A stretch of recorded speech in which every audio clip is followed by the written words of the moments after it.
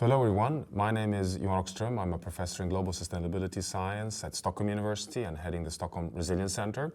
Humanity has reached a new juncture. We are 7.6 billion co-citizens on Earth, committed to 9 billion just in the next 30 years. We have a world economy projected to grow 3 times just over the next 1.5 generation. And we're also set to take ethical responsibility for human well-being for all co-citizens on Earth. The drama is, and what really changes the entire agenda on sustainable development, is that we now have empirical scientific evidence from across all disciplines that we have, just over the last 50 years, gone from being a relatively small world on a big planet, where we actually could deliver development by encroaching, exploiting, emitting more greenhouse gases and polluting more. Basically, we could succeed with partial or even full unsustainable development. But until very recently, when this still worked, we've now reached a point where we no longer can deliver human well-being on those premises. We are now the relatively big world on a small planet. We've filled up the entire planetary space. In fact, to the extent that we're now hitting the ceiling of hardwired biophysical processes that regulates the stability of the entire Earth system. Can you imagine? Development, human development, can actually threaten the stability of the entire planet. So where does this evidence originate from?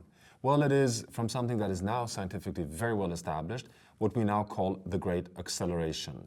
We come up until the early 1950s, where we have, 8,000 years of civilizational evolution since the last ice age, essentially. We have linear and incremental impacts on the Earth system. Yes, we do expand agriculture, we do expand empires, we do start exploiting rare earth metals, but we have largely no indent on the Earth system as a whole. Mid-1950s, we embark on what is called the Great Acceleration. We go for exponential rise in pressures on essentially all the parameters that matter for human well-being and development. Exponential rise in pressures from loss of biodiversity, eutrophication, air pollution, deforestation, land degradation, so on and so forth. This is so large, in fact, this pressure, that science has now come to the conclusion that we've entered a whole new geological epoch. Can you imagine? We're leaving the Holocene, the stable interglacial state we've been in since the last ice age, when we have developed as a modern civilization on Earth. And we're now entering the Anthropocene. Anthros for us humans. We, humanity, are the dominating force of change on planet Earth. We exceed the natural drivers of change like earthquakes and volcanic eruptions, and even our distance to the sun.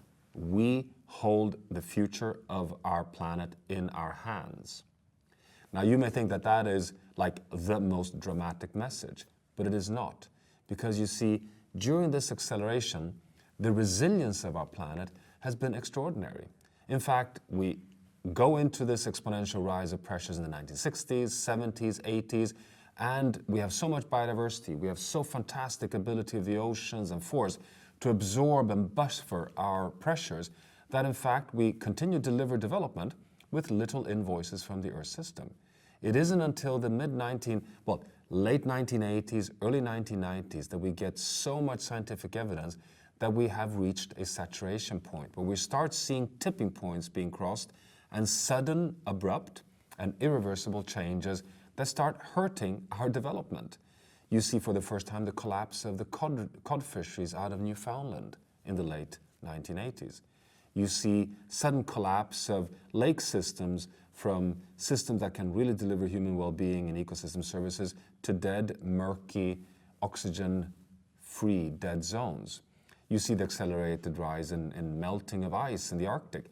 You start seeing the collapse of coral reef systems across the world. So from the 1990s onwards, we've not only entered a whole new geological epoch, where we're the driving force number one, we've also reached a saturation point. So this is why sustainable development now has to be redefined. The entire biosphere is shaped by humanity. We are affecting all the components of the Earth system. we're the big driver of change, and moreover, if we continue in an unsustainable path, we can no longer exclude very, very large, costly social and economic invoices hitting back from the Earth system. So dear friends, welcome to the Anthropocene. This is what really defines sustainable development.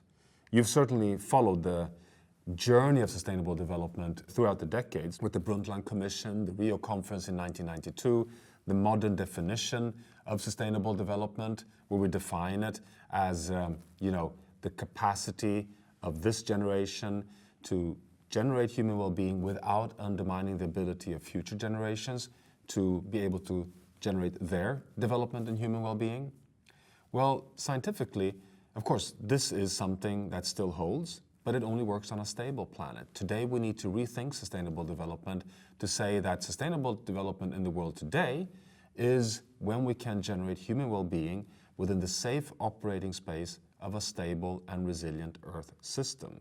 We need to reconnect to the biosphere, we need to become planetary stewards, and we need to recognize the pace and scale and connectivity of all development. It's no longer sufficient to develop water supply for small-scale farmers and communities in water-scarce regions in the world without recognizing that that investment may be undermined by unsustainable consumption patterns in large parts of the rich world, which may have ample water resources. So we're all connected, and we have to address development universally across the entire planet.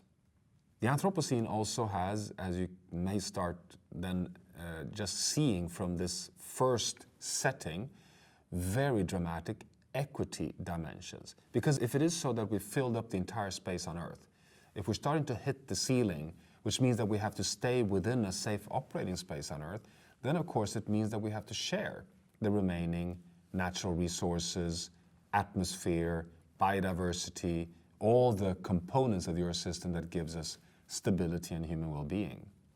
We also have a challenge of that generating an equitable human well-being for humanity. So this is the new phase of development in the Anthropocene, a phase which we've never seen before, a phase that requires completely new thinking in how we can generate sustainable development for all co-citizens as a big world on a small planet. Is there any hope and light in the tunnel? Well, I would argue yes.